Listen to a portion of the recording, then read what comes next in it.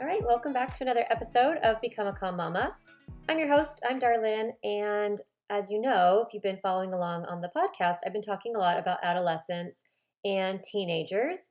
And this is all in preparation of my masterclass that I'm offering on October 12th. You're all invited. It's $25. You can access the link to sign up at calmmamacoaching.com/teens masterclass, and we'll have that in the show notes. But I want to talk today a little bit about fear and raising teens and kind of what comes up for us this fear is actually really common in all stages of parenting. Um, I see it with like moms of young kids. They're like, is this normal? My kid's not sleeping through the night. They used to be sleep trained and now they're having nightmares. Are they okay? Or, in elementary school, they're having a lot of trouble learning to read, or, they're having friendship issues. And it's like, oh my gosh, is this normal? Is my kid okay?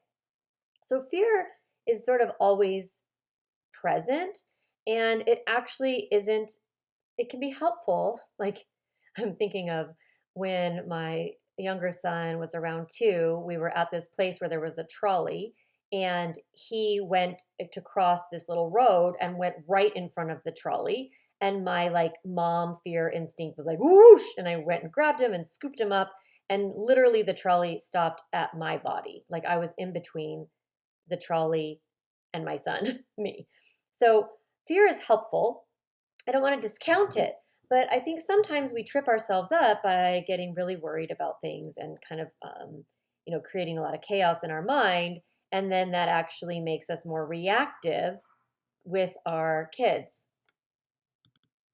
So I'm going to talk about fear in this episode, and I'm going to give you some strategies to overcome fear by cultivating trust. So we're going to talk about that. But I want to talk first about what it's like to raise children in general, because I think it's very confusing of like, how much are we supposed to rescue? When are we supposed to get involved? If we're worried, are our fears valid? Are we supposed to do something? Are we not? Like, how do we know all of that? So I always think of this image of a tightrope walker. So, think about a circus and you have like a tightrope walker, and, they're really up high and they're on a really fine rope or whatever material it is, and they're going to walk across from one side to the other. Now, the reason that we all like to watch that, right, is because it's kind of like, ooh, are they going to fall? Right? That's like, how we, what's exhilarating about watching that. So your kids, they are like, they're on the tightrope, right? So they're up high and they're navigating the distances between one developmental stage to another. And it is their job to walk across and to grow and to become and to move through these developmental stages. They are the tightrope walker. We are not on the rope with them. What we are, though, is we're the net holder. So even though we're at the circus and we're like, ooh, what's going to happen? We all kind of know that there's a net, right? Down below, so that the tightrope walker, if they were to fall, they would be safe still. So it's exhilarating, and we also have this feeling of safety, and we're not, it doesn't seem dangerous. It just seems exciting. So I want you to think about you as the net holder. And I like to think of it like this. When your kids are really little, like, you know, little, like infants, and then preschoolers and elementary school. So when they're real little, especially preschoolers, your net is really close to the tightrope because you're literally keeping your kid alive, right? You have to, they're very hands-on, very physical. You're right in it. Your net is close. You're making sure they don't cross the street without you. They're making sure, that they don't um, get injured, get infections, right? Like you're monitoring them. How's their digestion? Like you're really close, right? You're the net holder and you're really close up. Now, but as your kid gets older, your job is to lower your net a little bit with each developmental stage. Now, this is where the fear comes in. Dropping your net can be very scary for you as the parent, especially when your teenager starts making very adult decisions and maybe those decisions aren't so great and you're feeling terrified that they're going to fall off the tightrope, right? That they're going to die, that they're going to, like, something terrible is going to happen. And your body is tight with panic. I feel that panic in my chest a lot and in my belly. Ooh, I just feel it in my body, my fear for my kids. And I so I'm just recognizing, acknowledging that it's an actual fear, right? And what your brain is trying to say is like, don't let them fall.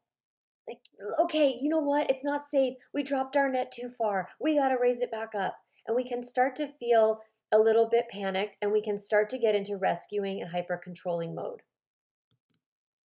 But the bummer about that is that the drop, okay, first, falling is normal. If your children fall off of their tightrope, they're supposed to. They're learning, they're growing, they're moving from one developmental stage to another. Of course they're going to sometimes make mistakes, sometimes they're going to fall. Falling is normal. And the falling is the learning. That's where all the learning happens. It's the drop, the fall from the tightrope to the net. That's where the learning happens. So we don't let our kids just, oh, well, I guess you're just smashed down and your life is over and good luck, right? No, we have a net. So what I'm offering to you today is that you want to prevent the fall. You want to prevent the mistake. Now, of course, we want to talk about whether something is an affordable mistake or not, right? We're not going to, give our kids alcohol and then hand them car keys. Like, oh, good luck. No, we need to be wise. And I'm going to help you figure out how to become more wise in this episode and then, of course, in the class. But what I want you to understand right now is that when you are watching your kid on that tightrope, you're going to feel afraid and you're going to want to not let them fall. And I am telling you that when we let them fall and we let them experience that boom, like that is where the learning happens. We as adults now, we've failed a few times. Even little things like, whoa, I drank way too much and I feel like crap today, so I am not going to drink like that anymore. Or I have driven too fast and got a speeding ticket and ended up, having to pay more for car insurance. Not worth it, right?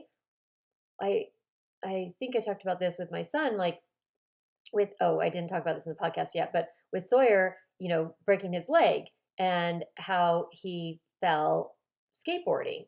And now he is thinking to himself, that was a real big risk. I'm not maybe interested in doing that anymore. I'm going to take different risks with my body. So literally with my son falling and breaking his leg, it is the learning. Of course, I do know that teenagers can make mistakes that aren't affordable. And that's where it is scary and risky. And watching your kid fall is hard and it feels sometimes like it's unaffordable mistake. And I'm going to talk about how to figure out when to rescue and when not to. But what happens to us in general is that we look at our kids and we start to get freaked out and then we want to raise our net up and we want to rescue them or we want to control them. So we start yelling at them, we start doing extreme consequences, we start, monologuing in worst case scenario and trying to, activate fear inside them. And all of that is coming from our own fear and trying to minimize their mistakes and minimize it. Now, there's room for conversations for sure, but there's not room for, oh my God, you're so irresponsible and this is such a disaster and this is not going to work and you are like kind of that shame sprinkle lecture. That's not going to help your child trust that they can go from one side of that tightrope to the other. We want our kids to be willing to keep growing. We want them to keep moving forward on that tightrope to the next developmental stage. We want them to fall a little bit, get back up, keep going. We have our net. So I'm recognizing as I'm talking about this just how difficult it is. I'm living it right now. There's this push pull of motherhood, and you're grappling with, should I lower my net here? Should I let them have more freedom here? Should I not? Right? There's this conflict between trusting my kids will be okay while also desperately wanting to prevent them from experiencing any pain, discomfort, or failure. Right? So I'm in conflict. You're in conflict. But you have a choice. You can choose your fear and continuing to be in that hyper controlling, negative thought spiral, and maybe communicating that to your kids, and that will have the impact it will have on them, which is like, oh my gosh, my parents, don't believe in me, and my parents don't trust me. I must not be I must be a fuck up, right? We don't want our kids to walk around thinking I'm a fuck up, or I'm not good enough, or I'm not trustworthy, or I'm not capable. We want our kids to be thinking, I am capable. I can overcome obstacles. I can think clearly. I can figure it out. I can solve problems. So, where do they get those thoughts from? They get them from us. And that's why we have to choose trust. We don't have to. You can choose fear. It's okay. It will play out as it plays out. But I am choosing trust. And I coach the people I work with to choose trust. Now, how? What does that actually mean? I'm going to give you some strategies about how to choose trust. So, the thing that I take comfort in, the thing that helps me relax a little bit while raising teens, the thing that gives me a little bit of peace is that I trust myself. I know that I am down below my teenagers. I am not checked out, but I'm also not hyper controlling. But I am watching. I am waiting. I'm holding my breath sometimes. I'm trusting them. I'm hoping they don't fall, but knowing it's okay if they do. And I know it's okay because I have my net ready and I am paying attention. So when I talk about trust, how do I cultivate that? How do I create that, right? So this first part is trusting me and trusting my kid. So I'm going to talk about what it means to trust yourself. This is the thing I know is that you're a mom, right? Or a dad, but this is mostly moms. You're a mom and you are never going to stop being a mom. You have been training your brain and your heart to pay attention to your kids for years and years. You actually need to train yourself to think about them less, right? You have to train yourself to trust them more, to let go. And so, giving a little bit of dropping your net, you can trust that you're not going to leave it all together, right? You can trust that you will always continue to show up for your kids. You can trust that you are going to help them solve problems, that you are there. So you can trust yourself. Now, how do you do that? I like to think about past me. I like to think about all the things that I have already done as a mom, all the hard things that I've overcome. And when I spend time thinking about the things I've done, it helps me realize that I'm capable, that I'm wise, that I'm a problem solver, that I figure shit out. So I'm thinking about when Lincoln first went to kindergarten and it was a complete disaster, and I pulled him out and I waited a year. That was me. Not rescuing, but using my wisdom. Me using my intuition. Not good fit. Let's try again. When both of my kids, but mostly Lincoln, was in a traditional school environment and it wasn't working for him, I found an alternative school. I figured it out. We actually moved and found a better fit and went to a, you know, kind of a, it's not a hybrid magnet school in our community, but an alternative elementary school, a Waldorf based curriculum that was a better fit for my son at that time. I've signed my kids up for things and had them do those things until they seem like they weren't a good fit. So I know when to start and I know when to quit. I know when to intervene. I can trust myself. I've done it before. I have also known that I can get support, right? you're listening to a podcast right now about parenting. Look at how much you can rely on yourself to get wisdom, to get support when you need it. So I can look back and think, wow, I found a parenting coach. I found a family therapist. I got help years ago. And that's why I help people now. I've survived stitches and broken bones. I've watched my kids struggle with bad grades and friendship hardships and emotional pain. I have been in it already as a mom, and I've overcome a ton of things. And listen, we've all survived Zoom school, right? We've all survived a pandemic and months of quarantine. Now, did it have an impact on our kids? Yes, 100%. But they are overcoming.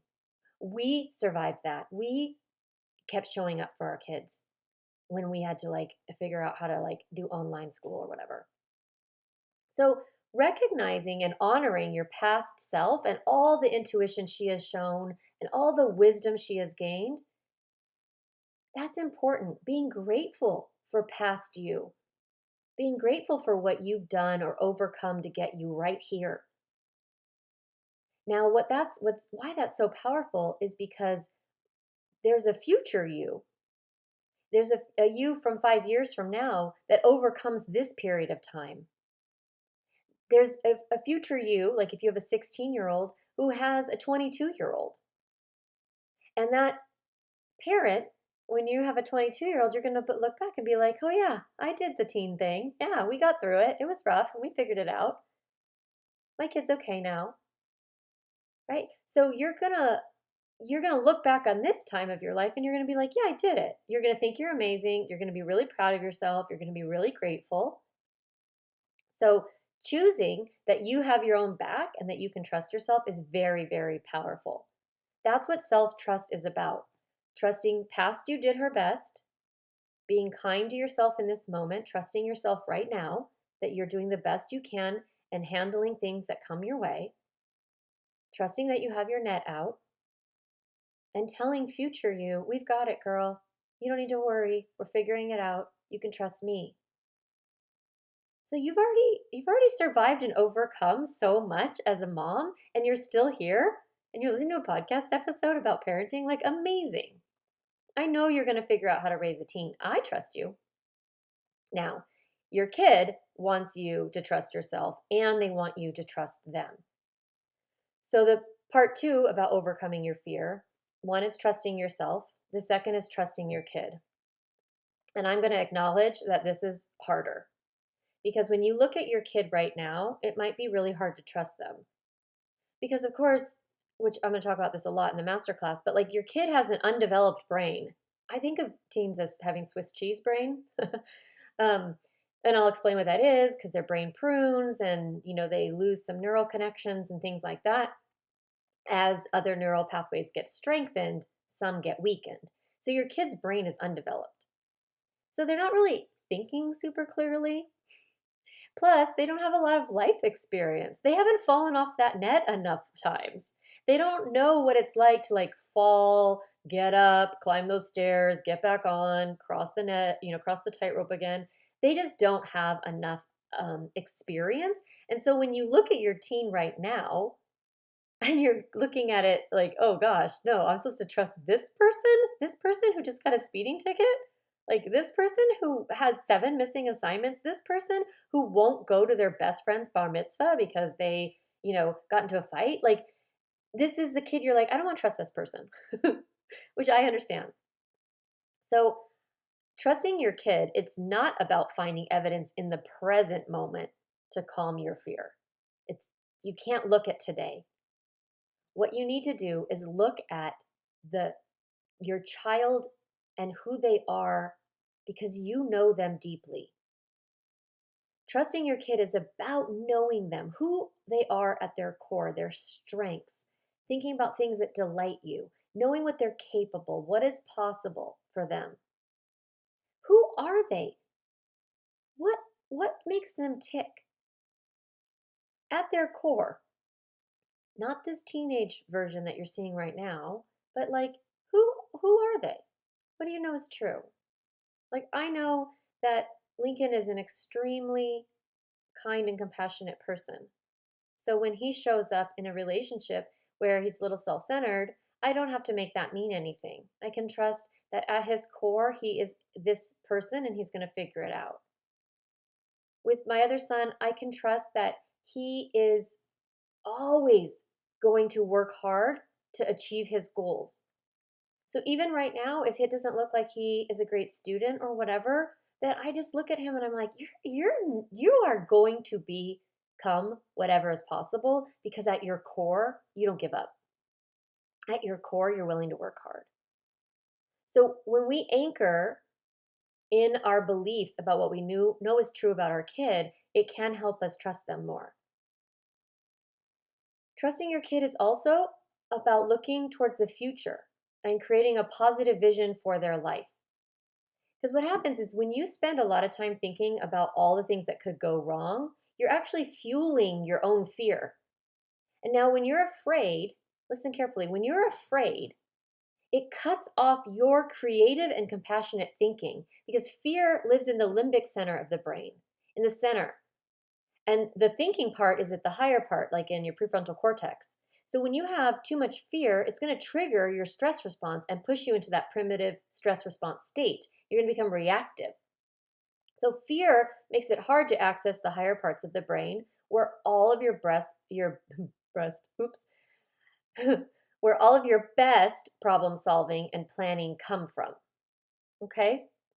So we like I said, fear helps us sometimes, but when we sit in it and stew in it and keep thinking about how the things that our kids are going to mess up and all the things that could go wrong and all the things that are bad and all of that, you're actually cutting yourself off from doing your best thinking.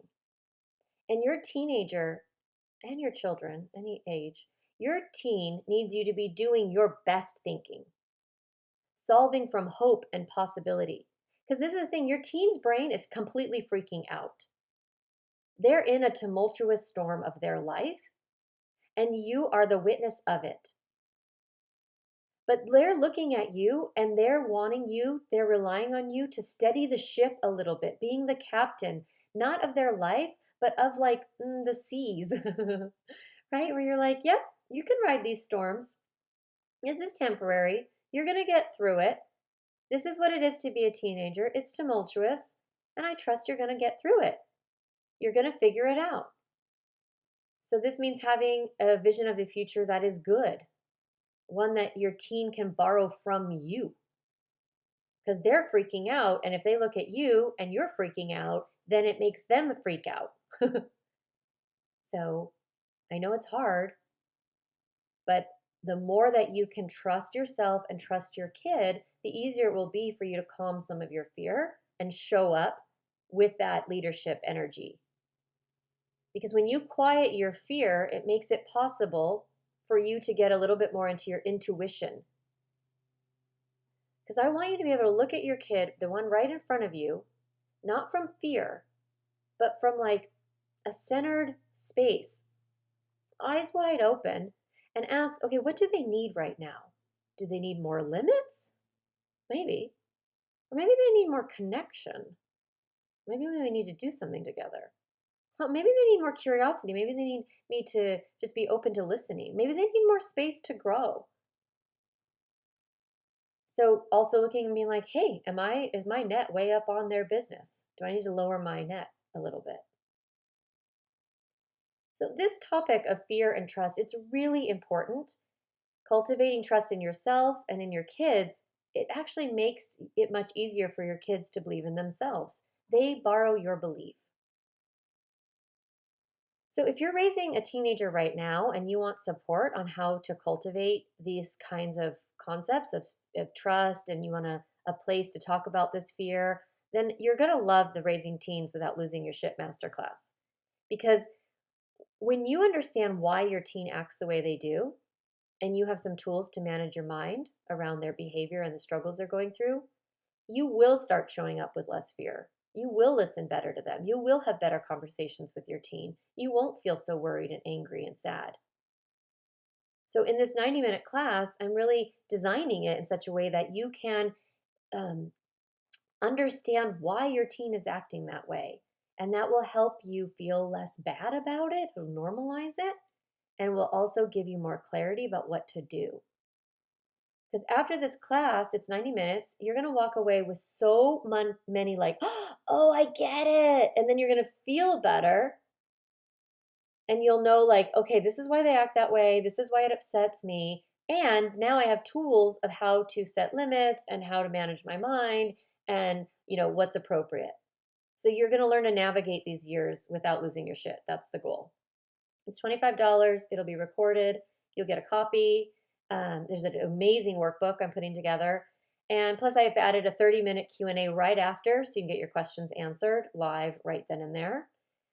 So I'm really excited about this class. I want everybody who has a teenager to be in there. And so if you, this week, I want you to think about where can you drop your net a little bit? Where are you holding too close?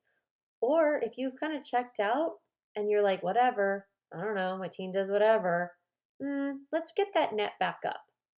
Let's communicate to our kids, I've got your back. I know you're making decisions. You might make mistakes. I've got your back. I trust you. I trust myself. We're going to be okay. So look at your life right now. Where can you drop your net? Or where do you need to bring it back up? All right, everyone. Thanks for listening, and I will see you next week. Hey mama, if you enjoyed this podcast episode, I want to encourage you to do two things. The first is go to my website, calmmamacoaching.com, and get a copy of the Stop Yelling cheat sheet. You'll get a step-by-step breakdown of the most important tool I teach, which is the pause break.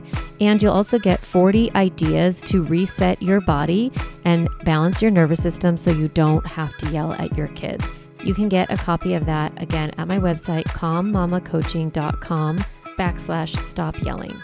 The other thing I'd love for you to do is go to Apple Podcasts and rate and review this podcast so that other moms can discover empowering and helpful, practical parenting strategies, just like you did today. Thanks so much for listening to the podcast. It means a lot to be in your ear every week and to support you on your parenting journey.